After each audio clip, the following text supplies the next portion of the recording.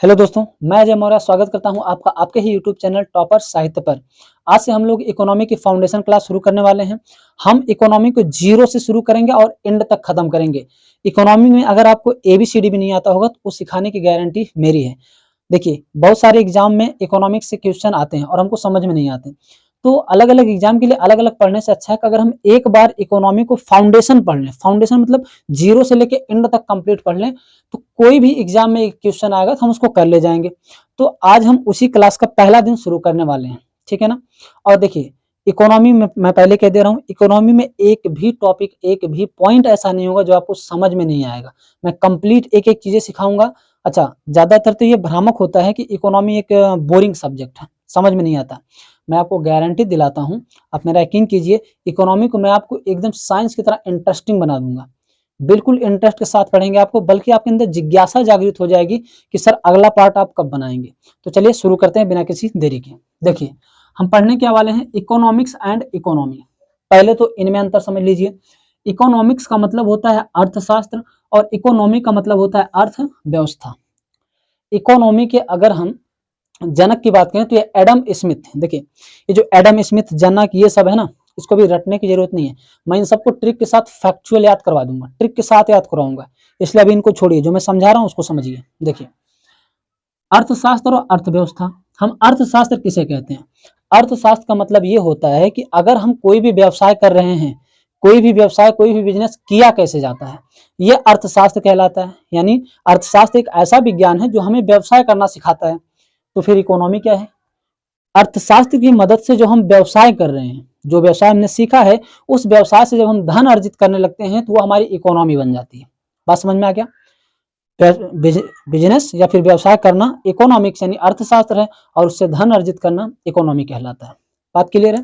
तो चलिए शुरू करते हैं। हम इकोनॉमी को देखते हैं इसमें क्या होता है। अगर हम अर्थशास्त्र या इकोनॉमी की बात करें तो कोई भी चीज होता है, जैसे आप बिजनेस कर रहे हो, ठीक, तो बिजनेस करने में कितनी चीज की भूमिका होती है? महज 4 चीजें आपको बिजनेस के लिए चाहिए। पहला क्या? पैसा चाहिए। पैसे को हम क्या बोलते हैं? पूंजी बोलते हैं। पूंजी, पूंजी। दूसरा, अगर आपके पास पैसा है, उस पैसे से आप कोई बिजनेस करेंगे, जमीन तो होनी चाहिए ना, आसमान में तो बिजनेस करेंगे नहीं। तो उसके लिए जमीन यानी भूमि, आपके पास भूमि होना चाहिए, ठीक है। आपके पास पैसा आ गया, बिजनेस करने के लिए आपने भूमि भी ले लिया।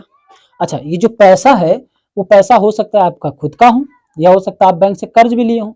तो ये खुद का भी हो सकता है, ऋण भी हो सकता है। भूमि हो सकता है, ये भूमि आपने खुद खरीद रखी हो, या फिर आपने किसी से रेंट पे ले रखा हो कि हम इतने समय तक काम करेंगे, इसका पैसा आपको इतना देते रहेंगे। तीसरा क्या है? पैसा आ गया, जमीन आ गई, खुद करोगे, लेबर तो चाहिए ना काम करवाने के लिए। हमें लेबर तो, क्योंकि देखिए, थोड़ा कमाओगे तो खुद करने से काम चलेगा, लेकिन हमें ब्रॉड सोचना है, ज्यादा कमाना है तो हमें ज्यादा लेबर की आवश्यकता होगी। तो हमें लेबर यानी श्रमिक, लेबर यानी श्रमिक की आवश्यकता होगी, कार्य करने वाले की आवश्यकता होगी। अच्छा, पूंजी लगा दिया, भूमि मिल गया, काम करने वाले लेबर भी रख दिया। आप तो खुद रहेंगे ना, मालिक कहाँ जाएगा? मालिक भी तो रहेगा। तो मालिक को हम क्या बोलते हैं? ओनर, ओनर, मालिक, ठीक है ना।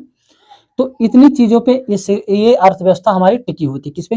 पूंजी, भूमि, श्रमिक और मालिक। इतनी चीजें होती हैं, यानी खुद आप होंगे। अच्छा, मालिक की बात करें तो इसे उद्यमी भी कहते हैं, कंफ्यूज मत हो जाना। उद्यमी, समझ में आ रहा है? उद्यमी यानी जो उद्योग धंधे कर रहा है, जो मालिक होता है। आपको पैसा चाहिए बिजनेस करने के लिए, बिजनेस करने के लिए जहां करोगे जमीन चाहिए, उसके बाद काम करने वाला लेबर चाहिए, और एक आप खुद होंगे। ये 4 चीजें मिलके ही इकोनॉमी चलाती है, यानी कोई कार्य या व्यवसाय होता है। बात क्लियर है? अच्छा, इसे हम क्या बोलते हैं? अगर हम कहीं करेंगे तो एक क्षेत्र होगा ना, सेक्टर। क्षेत्र को हम क्या बोलते हैं? सेक्टर बोलते हैं। तो हम इकोनॉमी को क्षेत्रों में बांट देते हैं, क्योंकि अलग अलग क्षेत्र है, कोई किसी फील्ड में, कोई किसी फील्ड में, कोई किसी फील्ड में काम करता है, तो हम सेक्टर वाइड बांटते हैं, ठीक है ना। तो चलिए देखते हैं।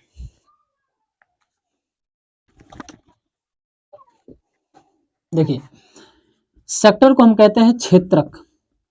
क्षेत्रक, क्षेत्रक यानी सेक्टर, कार्य करने के क्षेत्र कौन कौन से हो सकते हैं। तो इकोनॉमी में सबसे पहले हम सेक्टर पढ़ेंगे, और सेक्टर की एक एक चीज आपको समझ में आने वाली है। तो चलिए देखिए, सेक्टर क्या है। सेक्टर को हम 3 प्रकार से डिवाइड करते हैं। सेक्टर को हमने 3 भागों में डिवाइड कर दिया।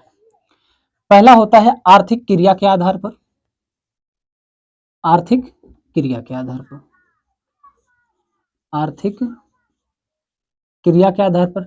दूसरा होता है कार्य के आधार पर, और तीसरा होता है स्वामित्व यानी मालिक के आधार पर, स्वामित्व के आधार पर। क्लियर है? सेक्टर को हम 3 भागों में बांटते हैं। पहला क्या? आर्थिक क्रिया के आधार पर। ये सब क्या है मैं अभी समझाऊंगा। आर्थिक क्रिया के आधार पर, कार्य के आधार पर, स्वामित्व के आधार पर। ठीक, अगर हम आर्थिक क्रिया की बात करें तो इसे हम कह सकते हैं स्वभाव। किसी चीज को आर्थिक क्रिया में स्वभाव के आधार पर, कार्य, कार्य यानी शर्त हम कह सकते हैं इसमें, शर्त के आधार पर, और स्वामित्व मतलब मालिक होता है तो स्वामित्व ही आप कह सकते हैं। ये पॉइंट मैं इसलिए लिखवा रहा हूं कि अगर आपको आर्थिक क्रिया के आधार पर बोल दे तो आप स्वभाव समझिएगा, कार्य के आधार पर शर्त समझिएगा, स्वामित्व के आधार पर स्वामित्व यानी मालिक होता है। यहाँ पे हम आर्थिक क्रिया के आधार पर अगर हम स्वभाव के बारे में बात करें तो ये 3 प्रकार का होता है। पहला होता है प्राथमिक सेक्टर, प्राथमिक सेक्टर या फिर क्षेत्र कह सकते हो, या क्षेत्रक, प्राथमिक क्षेत्रक, इसे हम कहते हैं प्राइमरी सेक्टर। दूसरा होता है द्वितीयक सेक्टर, इसे हम कहते हैं सेकेंडरी सेक्टर, द्वितीयक क्षेत्रक, या फिर आप क्षेत्र समझिए, द्वितीयक क्षेत्र, इसे हम सेकेंडरी सेक्टर कहते हैं। फिर आता है तीसरा, देखिए मैं हिंदी इंग्लिश दोनों बताते चल रहा हूँ, ठीक। फिर आता है हमारा तृतीय क्षेत्र या फिर तृतीय सेक्टर, तृतीय क्षेत्र। आर्थिक क्रिया को यानी स्वभाव, नेचर, स्वभाव मतलब नेचर, नेचर के आधार पर 3 प्रकार का, प्राथमिक क्षेत्र, द्वितीय क्षेत्र, तृतीय क्षेत्र, यानी फर्स्ट सेकंड थर्ड समझ सकते हैं, प्राथमिक, द्वितीय, तृतीय। प्राथमिक को हम कहते हैं प्राइमरी सेक्टर, द्वितीय को हम कहते हैं सेकेंडरी सेक्टर, तृतीय को हम कहते हैं टर्सरी सेक्टर। कौन कौन सा? Primary, secondary, tertiary, primary, secondary, tertiary, प्राथमिक, द्वितीय, तृतीय, प्राथमिक, द्वितीय, तृतीय। ठीक, शर्त के आधार पर 2 होता है, संगठित, असंगठित, ऑर्गेनाइज्ड, अनऑर्गेनाइज्ड। स्वामित्व के आधार पर 3 होता है, जिसमें हम कहते हैं प्राइवेट यानी निजी, गवर्नमेंट पब्लिक यानी सरकारी। फिर होता है ज्वाइंट सेक्टर, जिसे हम कहते हैं मिलजुल के काम करना। ठीक, इसके बाद आता है कोऑपरेटिव, जिसे हम कहते हैं सहकारी। समझ में आ रहा? यानी सरकारी, प्राइवेट, संयुक्त क्षेत्र और इसके बाद सहकारी। तो ये सब जितने मैं सब समझाने वाला हूं, तो सबसे पहले हम इससे फोकस करते हैं, ये तीनों है, ये तीनों समझ जाएंगे, फिर ये समझ जाएंगे, फिर हम ये समझ जाएंगे। एक एक पॉइंट में समझाने वाला हूं, इकोनॉमी आपको रोचक लगेगा, तो ध्यान से देखते चलिए। प्राथमिक क्षेत्र क्या होता है? प्राथमिक क्षेत्र उसे हम कहते हैं जो प्रकृति से प्राप्त हो, जो चीजें हमें प्रकृति से मिले वो प्राथमिक क्षेत्र है, यानी जो नेचर से प्राप्त हो, नेचर यानी प्रकृति से प्राप्त हो, जो प्रकृति से प्राप्त हो उसे हम प्राथमिक सेक्टर कहते हैं। द्वितीयक सेक्टर किसे कहते हैं? द्वितीयक सेक्टर में आता है निर्माण, विनिर्माण, निर्माण, विनिर्माण, निर्माण, विनिर्माण। तृतीय क्षेत्र में आता है सेवा क्षेत्र, सेवा क्षेत्र, तृतीय क्षेत्र है सेवा क्षेत्र। तो प्राथमिक क्षेत्र ऐसा क्षेत्र होता है जो हमें डायरेक्ट प्रकृति से प्राप्त हो। अब ये बताइए, जो चीजें हमें प्राकृतिक से प्राप्त होंगी, क्या उस पर हमारा बस चलेगा? हम अपने मन मुताबिक कार्य कर पाएंगे? नहीं कर पाएंगे। जैसे हमने आम का पेड़ लगाया, तो क्या आज ही फल हम उगा लेंगे उसमें? आज तो फल उगा नहीं पाएंगे। वो डिपेंड करेगा नेचर पे, जब समय होगा, उसका सीजन होगा, तभी वो निकलेगा। बात समझ में आ रहा है? आज हमने मटर बो दिया, कल हम मटर काट लेंगे? कल मटर निकल जाएगा? नहीं निकलेगा। किस पे है? नेचर पे डिपेंड है। जब उसका मूड होगा, नेचर जब जब समय होगा, नेचर के अकॉर्डिंग वो बनेगा। यानी प्राथमिक सेक्टर पर, जिसे हम कह सकते हैं प्राइमरी सेक्टर, प्राथमिक क्षेत्र पर हमारा कोई बस नहीं चलता, जो प्रकृति से प्राप्त हो। ठीक, कुछ भी कह सकते हो, गाजर, मूली, ये सब। जैसे हम कहते हैं खनन, खनन, खनन समझ रहे हो? खुदाई करना, कोयला खुदाई कर सकते हो, पत्थर खुदाई कर सकते हो, सोने चांदी की खुदाई कर सकते हो। प्रकृति से है, क्या आप उसमें अपने मन से खोद के निकाल लोगे? ज्यादा से ज्यादा जितना प्रकृति में होगा उतना ही तो निकालोगे, उससे ज्यादा निकाल पाओगे। जैसे मान लो कोई एरिया आप खुदाई कर रहे हो कोयले का, अगर उस वहां पे 100 टन कोयला है तो उतना ही तो निकलेगा, कि आप उससे ज्यादा निकाल पाओगे? जितना है उतना ही निकलेगा, क्योंकि नेचर से मिलकर बना है। हमने कह दिया मुर्गी पालन, मुर्गी पालन, आप मुर्गियां पालते हो, तो मुर्गियां पालने से क्या आपके अनुसार वो बच्चे आ जाते हैं? ऐसा तो है कि नहीं कि आज मुर्गी एक आई कल 3-4 बच्चे हो गए। एक समय होगा, बच्चे धीरे धीरे बढ़ेंगे, या आज छोटी सी मुर्गी लाई कल वो बड़ी सी हो गई, एक समय लगेगा कि नहीं लगेगा। तो ये सब नेचर पे डिपेंड करता है। खनन हो गया, मुर्गी पालन हो गया, कृषि हो गया, ये इंपॉर्टेंट होता है। कृषि मतलब खेती। आप खेती करते हो, अब ऐसा तो है नहीं कि आज पहुंचे आप गेहूं आज बो के आए, कल पहुंच के काटोगे कि आज हमारा गेहूं तैयार हो गया, हमने तैयार कर दिया खाद मिट्टी डाल के, ऐसा तो होगा नहीं। वो नेचर पे डिपेंड करता है, मौसम के अनुसार चलेगा, अपने समय पे ही होगा। यानी ऐसी चीजें जो नेचर पे डिपेंड करती है, जिसपे हमारा कोई कंट्रोल नहीं होता, वो प्राथमिक सेक्टर, प्राइमरी सेक्टर यानी प्राथमिक क्षेत्र कहलाते हैं। उम्मीद करता हूँ आपको ये समझ में आ गया होगा। जो प्रकृति से प्राप्त हो वो प्राइमरी सेक्टर। ठीक। द्वितीय क्षेत्र में क्या होता है? निर्माण विनिर्माण, जिसमें हम कोई चीज बना रहे हो, पहली बार बना रहे हो, या कोई चीज बना है पहले से उसका हम कुछ और बना रहे हो, समझ में आ रहा है, रिपेयर कर रहे हो, तो उसे हम निर्माण विनिर्माण कहते हैं। बात क्लियर है? तो कोई चीज बनाया जाए या फिर उसको रिसाइकिल करके पुनः बनाया जाए, निर्माण विनिर्माण में द्वितीय क्षेत्र में आते हैं। बात समझ में आ रहा है? तृतीय क्षेत्र क्या है? सेवा क्षेत्र। अभी मैं फिर इस पे आता हूँ, ये है क्या समझाऊंगा, सब भागिएगा मत, कंप्लीट में मैंने बोल दिया ना, एक भी पॉइंट पे डाउट नहीं रह जाएगा, तो मैं पूरा वादे के साथ कहता हूँ कहीं पे भी आपको दिक्कत नहीं होगी, बस बने रहिए मेरे साथ, मैं सब क्लियर करने वाला हूँ। ठीक। तृतीय क्षेत्र में क्या होता है? सेवा क्षेत्र। सेवा क्षेत्र जैसे पुलिस क्या करती है? सेवा ही तो करती है। नेता सेवा करता है, डॉक्टर वो भी सेवा करता है, दुकानदार शॉपकीपर ये भी तो सेवा ही करता है, पैसा बेशक लेता है, सेवा तो करता है ना आपकी, वही चीजें हैं, तो सेवा क्षेत्र हो जाता है। हॉस्पिटल कह सकते हो,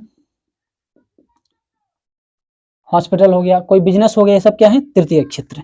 तो दिमाग में हमारे क्या क्या क्या पॉइंट आ गया है? पहला कि स्वभाव कैसा होगा? प्राथमिक, द्वितीय, तृतीय। तो प्राथमिक क्षेत्र के आधार पर जो प्रकृति से प्राप्त हो वो प्राथमिक क्षेत्र है, जैसे खनन, मुर्गी पालन, कृषि आदि। द्वितीय क्षेत्र में क्या होता है? निर्माण विनिर्माण, कोई चीज बनाया जाए तो निर्माण द्वितीय क्षेत्र कहलाता है। तृतीय क्षेत्र सेवा क्षेत्र होता है, जैसे पुलिस, नेता, डॉक्टर, हॉस्पिटल, दुकानदार, यूट्यूब वगैरह जिसपे आप पढ़ रहे हो, ये सब डिजिटल चीजें, यूट्यूब, ये सब क्या है? टर्सरी सेक्टर में आते हैं। Primary, secondary, tertiary. टर्सरी में सेवा क्षेत्र होता है। अब मजे से समझिए, जैसे मान लो आप खेत में गए, खेत से आलू खोद के लाए, आलू का सीजन है अभी, आप आलू खोद के लाए। ठीक। तो आलू आपने कहां से निकाला? प्रकृति से। आपके मन से तो हुआ नहीं कि आप आज आलू बोए कल खोद लिए, अपने हिसाब से निकलेगा, तो किस में आ गया? प्राथमिक सेक्टर यानी प्राइमरी सेक्टर। आप आलू खेत से खोद के लाए, कौन सा सेक्टर? प्राथमिक सेक्टर। अब घर पे लाके उसको छील उल के बढ़िया पका के बना दिया आपने समोसा, तो निर्माण कर रहे हो नहीं कर रहे हो, तो समोसा क्या आ गया? द्वितीय क्षेत्र।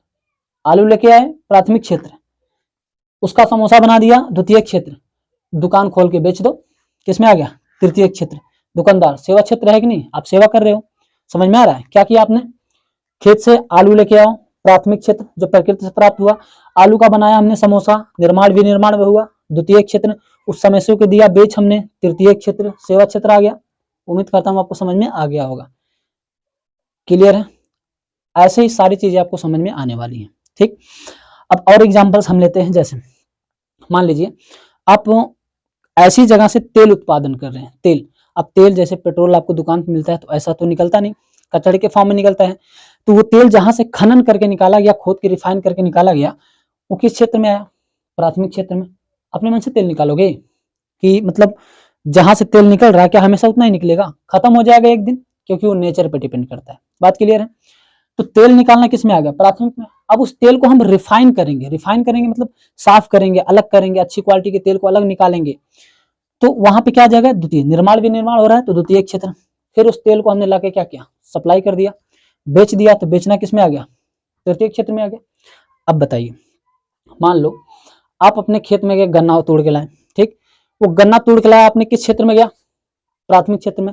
जो आपने खेत से गन्ना तोड़ा वो प्राथमिक क्षेत्र, क्योंकि वो नेचुरल है, प्रकृति से प्राप्त हुआ कि नहीं, तो प्राथमिक क्षेत्र आ गया। अब आपने उस गन्ने को लादा ठेले पे, अब पहुंच गए मार्केट बेचने के लिए, और जैसे ही आपने बेचना शुरू किया, आप किस सेक्टर में आ गए? तृतीय सेक्टर में आ गए, क्योंकि आपने क्या किया? बेचना शुरू कर दिया, आपने सेवा करना शुरू कर दिया लोगों को।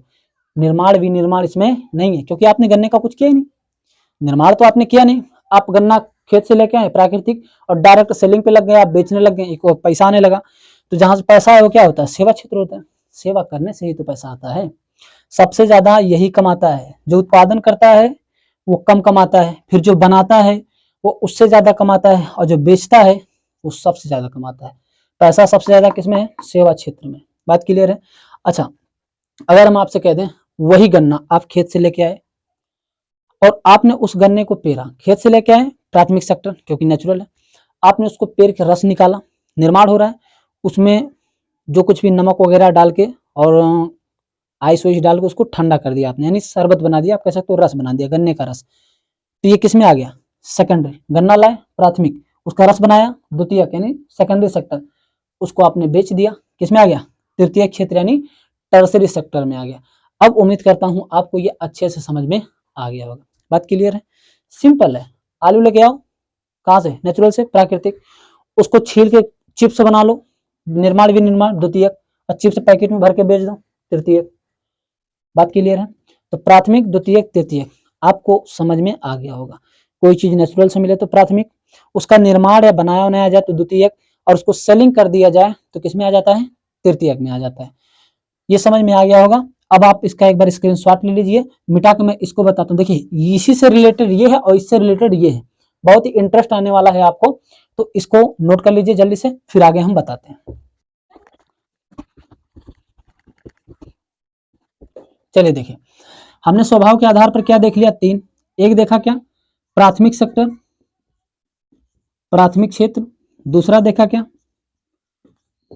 द्वितीयक। और तीसरा क्या देखा हमने, तृतीय क्षेत्र, primary sector, secondary sector, tertiary sector.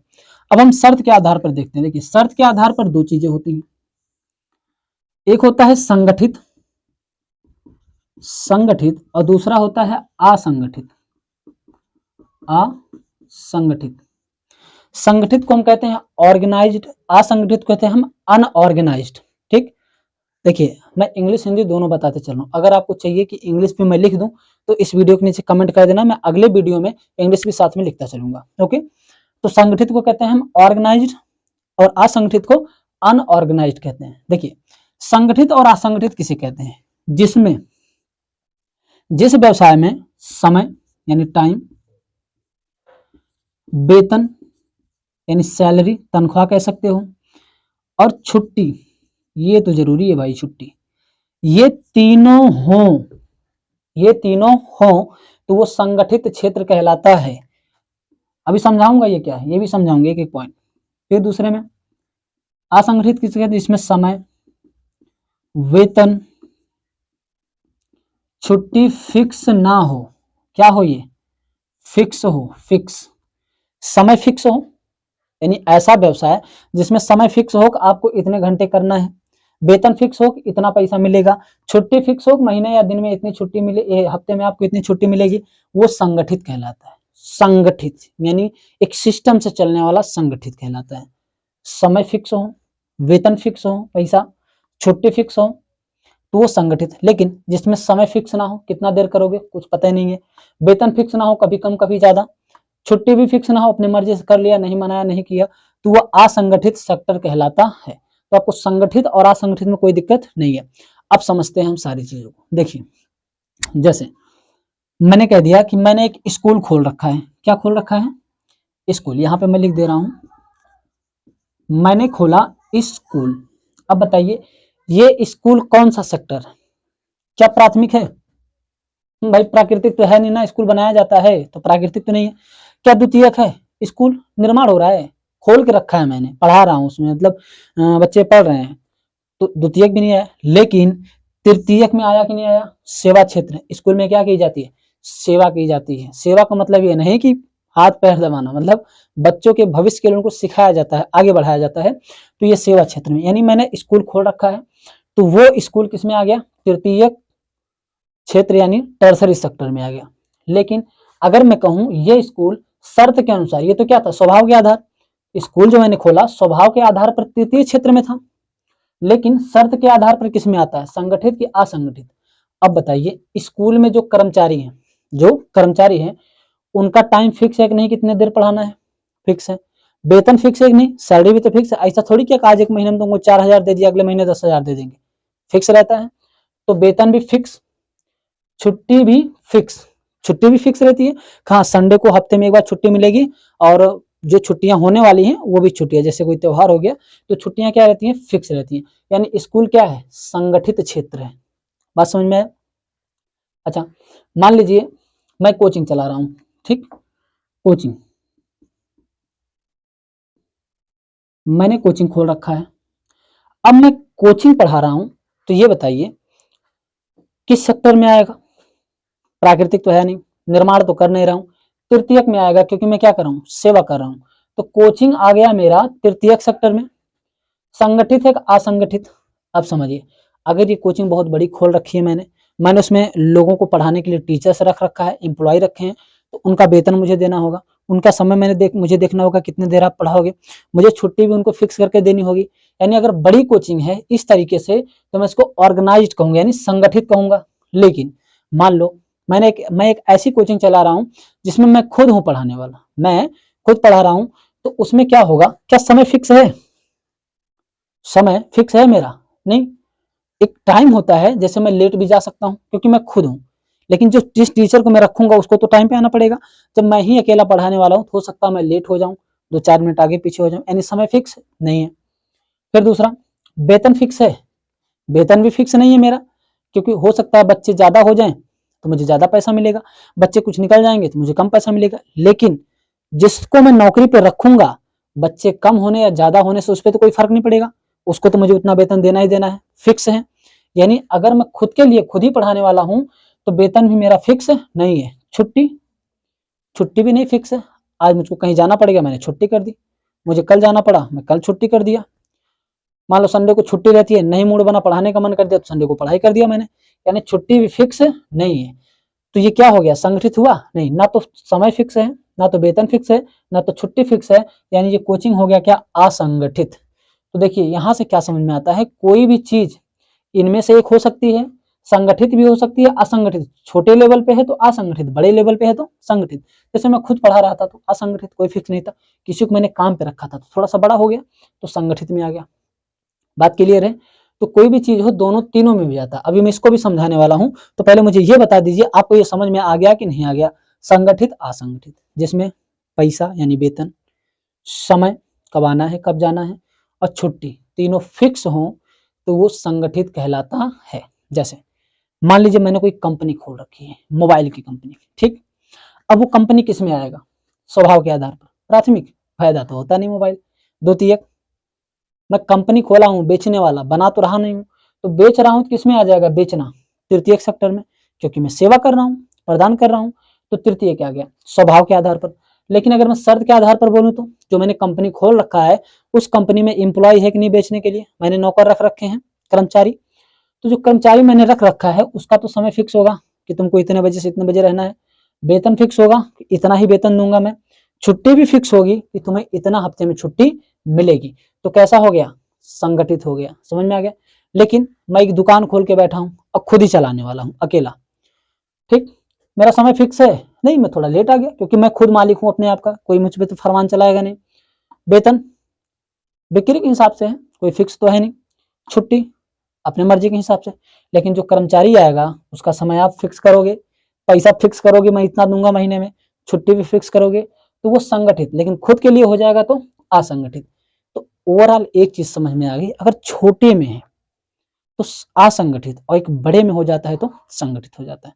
उम्मीद करता हूं आपको इतनी चीज समझ में आ गई होगी। अगर पसंद आ रहा हो तो एक बार लाइक जरूर कर दीजिएगा, और ज्यादा से ज्यादा आप इसको शेयर कीजिए ताकि आपके दोस्त भी, आपके सगे संबंधी भी इसको पढ़ के फायदा ले सके। तो इसको मैं हट जाता हूं, आप स्क्रीनशॉट ले लीजिए, फिर समझते हैं स्वामित्व के आधार पर ये क्या चीजें हैं। समझ में आ रहा है? जैसे ये चीजें आसानी से समझ में आ गई, ये भी आपको समझ में आने वाला है। शर्त के आधार पर हमने क्या देख लिया, ये तो पहला, दूसरा, तीसरा था। शर्त के आधार पर पहला संगठित, और दूसरा असंगठित, असंगठित, ठीक। अब हम देखने वाले स्वामित्व के आधार पर। तो स्वामित्व के आधार पर हमने इसको कई भागों में बांटा है। जैसे पहला हमने रख दिया सरकारी, सरकारी को हम कहते हैं पब्लिक, पब्लिक की चीजें हैं। दूसरा हमने रख दिया प्राइवेट, जिसे हम निजी बोलते हैं। प्राइवेट का मतलब क्या, खुद का, प्राइवेट, ताकि कंफ्यूजन आपको ना हो। प्राइवेट यानी खुद का, निजी। तीसरा जो होता है वो था आपका संयुक्त, संयुक्त क्षेत्र। और चौथा होता है सहकारी, सहकारी। इन सबके साथ क्षेत्र लगेगा, मैं लिख दे रहा हूं, क्षेत्र, क्षेत्र, संयुक्त क्षेत्र या क्षेत्रक भी होता है, सहकारी क्षेत्र। मैं फिर से कह रहा हूं, आप इसकी जगह क्षेत्रक लिख सकते हैं। देखिए ये होता है पब्लिक सेक्टर, प्राइवेट सेक्टर, इसे हम कहते हैं ज्वाइंट सेक्टर। इसका नाम याद रखिए, कभी कभी पूछ लेता है, ज्वाइंट सेक्टर। इसे कहते हैं कोऑपरेटिव, कोऑपरेटिव सेक्टर। और इसे हम कहते हैं प्राइवेट, इसे हम कहते हैं public, public sector, public sector. बात क्लियर है। तो स्वामित्व, स्वामित्व का मतलब होता है मालिक, ओनरशिप, इसे हम कहते हैं ओनरशिप, ओनरशिप। ओनरशिप मतलब मालिक, मालिक के आधार पर। तो मालिक के आधार पर क्या है, देखिए चार चीजें। एक सरकारी, कोई चीज सरकारी हो सकता है, कोई कंपनी, कोई भी व्यवसाय है, जैसे कोई चीज सरकारी हो सकती है, कोई चीज प्राइवेट हो सकती है, कोई चीज संयुक्त, संयुक्त मतलब मिलके काम करना, मिलके कर सकते हैं। सहकारी का मतलब होता है कई लोग एक साथ मिले फिर पैसे को बांट लें। जैसे कोई चीज अगर सरकारी है, सरकारी स्कूल है तो किस में आएगा, सरकारी में आएगा। सरकार की जितनी भी चीजें किस में आएंगी, सरकारी में। प्राइवेट, आप खुद का कोई बिजनेस कर रहे हो, खुद का कोई धंधा करो, खुद की कोई कंपनी खोल रहे हो, तो किस में आएगा, निजी सेक्टर में आएगा। लेकिन जिसमें सरकार और निजी क्षेत्र, यानी सरकार भी भाग ले और प्राइवेट भी कर दिया जाए, यानी आप, सरकार आपके साथ मिलकर कोई काम कर ले तो कहलाता है संयुक्त क्षेत्र, ज्वाइंट सेक्टर। यानी सरकारी और निजी दोनों मिलकर इसमें काम करें तो ज्वाइंट सेक्टर कहलाता है। सहकारी आ गया। सहकारी में ये होता है कि जैसे कई लोग मिल जाए, कई लोग, 4-5 लोग एक साथ मिलके बिजनेस खोल लें, साझेदारी में बिजनेस खोल लिया। अब जितने लोग मिलके खोले सब मालिक हैं, जो मुनाफा होगा सब लोग बराबर बराबर बांट लेंगे। और इस पे कमांड किसका होगा, सरकार का। मनमानी तो कर नहीं सकते ना, सरकार के अधीन होते हैं, लेकिन कई लोग मिलके काम करते हैं। तो अब एक एक चीज समझिए, सरकारी में क्या होता है। जैसे मान लीजिए हमने कह दिया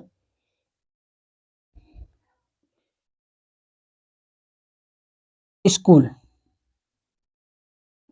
स्कूल कौन सा स्कूल, सरकारी स्कूल, किसमें आएगा, प्राथमिक, द्वितीय, तृतीय। सेक्टर कौन सा होगा, आप कहेंगे सर सेवा करना काम है स्कूल का, तो तृतीय सेक्टर में आएगा। कार्य के आधार यानी शर्त के आधार पर क्या, संगठित, क्या संगठित। स्कूल है तो टाइम तो फिक्स होगा, यानी गवर्नमेंट है भाई, सब कुछ फिक्स होगा तो संगठित हो गया। ओनरशिप, मालिक कौन होगा, गवर्नमेंट होगी। समझ में आ रहा है, तो इसमें कौन आ गया, गवर्नमेंट। बात क्लियर है। जैसे मान मैंने कंपनी खोल ली, और मैंने कंपनी खोली बिस्कुट की, बिस्किट, या फिर मैंने मान लो कि किसी टॉफी की कंपनी खोली, ठीक, मैंने कंपनी टॉफी की खोल ली। अभी जो टॉफी की कंपनी किस में आएगा, क्योंकि बेचना है, तृतीय सेक्टर। कंपनी का मतलब यह है कि मैं बेच रहा हूं, बन तो रहा माल कहीं और, लेकिन मैं बेच रहा हूं, बेचने का काम कर रहा हूं कहीं से माल लेके, तो तृतीय सेक्टर में आ गया, बेचने का काम। अभी संगठित, एक असंगठित, जो बेचने वाले इंप्लॉय होंगे, जो कर्मचारी मैंने रख रखा है, वो कैसे होंगे, फिक्स होंगे। आपको इतने समय पे आना है, इतना वेतन मिलेगा, इतनी छुट्टी मिलेगी, तो इसके आधार पर क्या, संगठित। इनमें से कौन सा होगा, ये टॉफी की जो कंपनी खोली है, सरकार ने खोली है, मैंने खुद खोली है।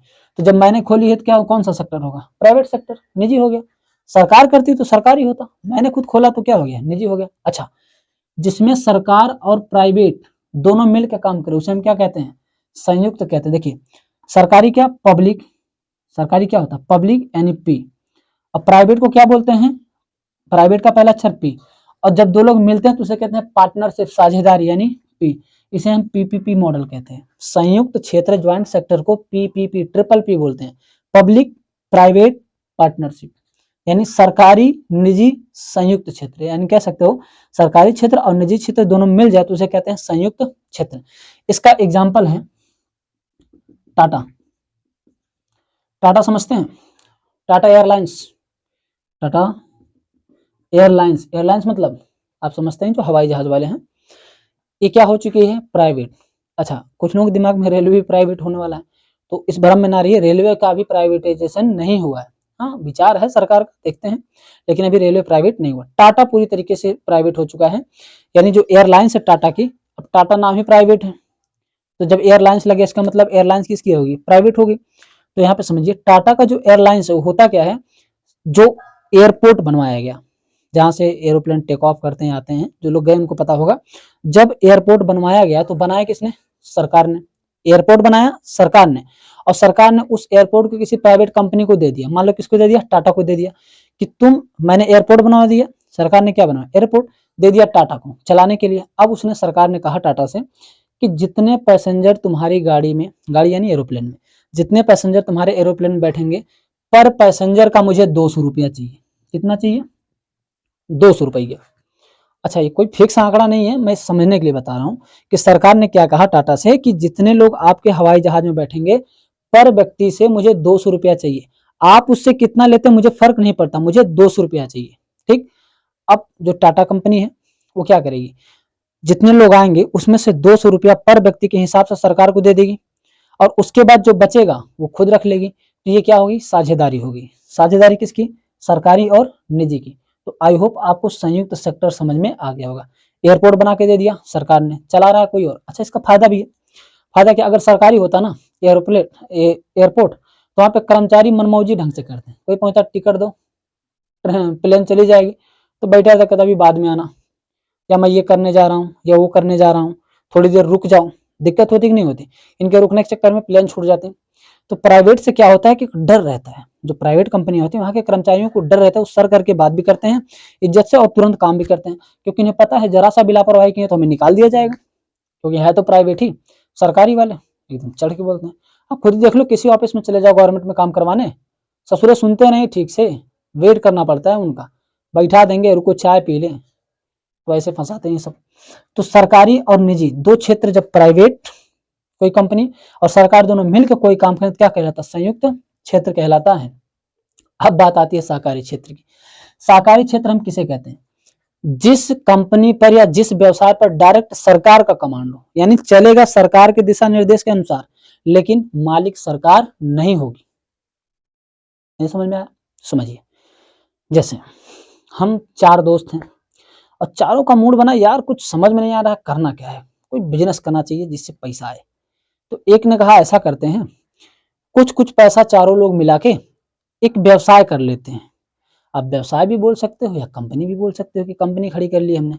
अब चारों ने मिलकर कोई एक कंपनी बनाई, ठीक, और उस कंपनी में चारों ने पैसा लगाया। अब वो कंपनी चल पड़ी, और जो कंपनी चल पड़ी तो जो उससे धन अर्जित हुआ, जो पैसा आपने कमाया, उस पैसे का मालिक कौन होगा, पैसे का मालिक कौन होगा, चारों होंगे, क्योंकि चारों ने पैसा बराबर बराबर दिया था, तो उसका पैसा जो कमाई होगी वो चारों में बढ़ जाएगा। फिर यहाँ पे एक थोड़ी सी दिक्कत आती है, जरूरी थोड़ी एक सबके पास बराबर पैसा हो सकता कोई गरीब बेचारा 1 लाख ना दे पाया हो, 50,000 दिया हो, तो उसका पैसा, ध्यान समझना, जो पैसा कम देता है उसका पैसा उसी रेशियो में बढ़ जाता है, जिस अनुपात में पैसे दे रखते हैं सब लोग, उसी अनुपात में बढ़ जाता है। अनुपात का मतलब थोड़ा सा समझ लीजिए, जैसे किसी ने 100 रुपया दिया, एक ने 50 रुपया दिया, एक ने 25 रुपया दिया। अब इनका अनुपात निकाल लो कितना कितना हो रहा है। अगर हम इसको काटना चाहें तो 20 बार में कट जाएगा, 5 दहम 50, पंचम 25, और भी काटना चाहें तो 5 1 के 5, 5 दूनी 10, 5 चौके 20, कितना आ गया, 1 रेशियो 2 रेशियो 4 रेशियो। अगर इसको 1 रुपया देंगे कमाई के बाद, 1 रुपया देंगे, इसको 2 रुपया देना पड़ेगा, इसको 4 रुपया देना पड़ेगा। क्यों, क्योंकि इसका दुगना है इसलिए इसको 2 रुपया देना पड़ेगा, इसका 4 गुना है इसलिए इसको 4 रुपया देना पड़ेगा। ये होता है रेशियो, यानी 4 लोग मिलके अगर पैसा लगाए हैं, अलग अलग मात्रा में पैसे लगाए हैं, तो जो इनकम होगी, जो कमाई होगी, उसको अलग अलग मात्रा में बांट देंगे। इसे हम साझेदारी भी कहते हैं। यानी जब एक कंपनी के मालिक अकेला व्यक्ति नहीं, कई लोग, मतलब कंपनी एक ही लेकिन मालिक कई लोग हों और उस पर कमांड सरकार का चले, तो हम क्या कहते हैं उसको, सहकारी क्षेत्र। जैसे डेयरी, दूध वाले देखते हो, जितनी भी डेयरियां चलती हैं वो सब क्या है, सहकारी क्षेत्र है। कमांड सरकार का रहता है, सरकारी प्रोवाइड करवाती है, बाकी सब लोग अपने अपने मालिक होते हैं, अपने अपने हिसाब से काम करते हैं। आप दूध दे के जाओगे डेयरी पे, वो कहीं और देगा, वो कहीं और देगा, कई लोग मिलकर काम करते हैं। तो डेयरियां किस में आ जाती हैं, सहकारी क्षेत्र में। तो आपको क्षेत्रक समझ में आ गया होगा, ये कंप्लीट क्षेत्रक था, ठीक। और दूसरी बात, इसकी खास बात मैं आपको बताऊं, जैसे ये कंप्लीट होगा टॉपिक, मैं इसके एमसीक्यू लेके आऊंगा, जो अन्य एग्जामों में, जितने भी एग्जाम में इस टॉपिक से क्वेश्चन पूछे गए मैं उन सब का एमसीक्यू लेके आऊंगा और पूरा डिटेल के साथ करवाऊंगा। वैसे दिक्कत तो इसमें भी नहीं होगी, आपको पूरा आ ही गया होगा, तो आपको केवल देखते ही आप ऑप्शन टिक करेंगे कि कौन सा आंसर सही है। तो एक बार फिर से मैं पूरा रिवाइज करवा देता हूँ, ध्यान से देखिए। अर्थव्यवस्था अर्थशास्त्र, इसमें क्या होता है, क्षेत्रक। इससे पहले मैंने क्या बताया था, 4 लोग, पैसा लगाओगे, जमीन रहेगा, लेबर और खुद उद्यमी यानी मालिक, 4 लोगों से मिलकर कोई कंपनी चलती है। तो वो जो क्षेत्र होता है, जिस क्षेत्र में हम काम कर रहे होते हैं, जो क्षेत्र होता है वो 3 भागों में बटा होता है, क्षेत्र यानी सेक्टर 3 भाग में, आर्थिक क्रिया के आधार पर, कार्य के आधार पर, स्वामित्व के आधार पर। तो आर्थिक क्रिया को हम स्वभाव बोल सकते हैं, नेचर के आधार पर। दूसरा, शर्त एंड टर्म कंडीशन के आधार पर, ओनरशिप यानी स्वामित्व के आधार पर। प्राथमिक, द्वितीयक, तृतीयक, स्वभाव के आधार पर क्या होता है, प्राथमिक, द्वितीयक, तृतीयक। जो प्रकृति से डायरेक्ट प्राप्त हो उसे हम प्राथमिक कहते हैं, और जहां पे निर्माण विनिर्माण हो वहां पे द्वितीयक कहते हैं, और जहां पे सेवा क्षेत्र हो जाए, बेचा जाए, वहां पे तृतीयक कहते हैं। जैसे हम खेत से पहुंचे, मटर तोड़ के लेके आए, तो मटर कहाँ से लाया हमने, खेत से, तो प्राथमिक। उस मटर का हमने बढ़िया से छोला बना दिया, तो बनाया हमने किस में आया, द्वितीयक, निर्माण विनिर्माण। और छोले को हमने बेच दिया, तो बेचा तो क्या हो गया, तृतीयक हो गया, तृतीयक क्षेत्र में आ गया। अब बताइए, शर्त के आधार पर तो होता है संगठित असंगठित। जिस कंपनी का या जिस व्यवसाय का समय, कहीं भी काम करोगे तो समय होगा कि नहीं, इतना समय करना है, समय, वेतन मिलेगा, पैसा, वेतन, छुट्टी, ये तीनों फिक्स हो, क्या, समय, वेतन, छुट्टी, तीनों फिक्स हो तो संगठित, और फिक्स ना हो तो असंगठित। फिर स्वामित्व के आधार पर 4 प्रकार के, अगर सरकार का है तो पब्लिक सेक्टर, सरकार के काम होगा। प्राइवेट है तो निजी, यानी दूसरा क्या है, प्राइवेट यानी खुद का किसी कंपनी है तो निजी क्षेत्र हो जाएगा। सरकार और निजी क्षेत्र, कोई प्राइवेट कंपनी और सरकार दोनों मिलकर काम करें तो संयुक्त क्षेत्र कहलाता है। इसको हम पीपीपी भी कहते हैं, यानी पब्लिक प्राइवेट पार्टनरशिप। ये पूछ सकता है, पब्लिक प्राइवेट पार्टनरशिप को हम क्या कहते हैं, संयुक्त क्षेत्र कहते हैं। ये किससे मिलता है, सरकारी और निजी क्षेत्र मिलकर काम करते हैं। सहकारी क्षेत्र क्या होता है, ऐसी कंपनी जिसका मालिक एक ना हो, कई लोग उसके मालिक हों, वो क्या कहलाता है, सहकारी क्षेत्र कहलाता है। आई होप आपको बहुत अच्छे से ये समझ में आ गया होगा।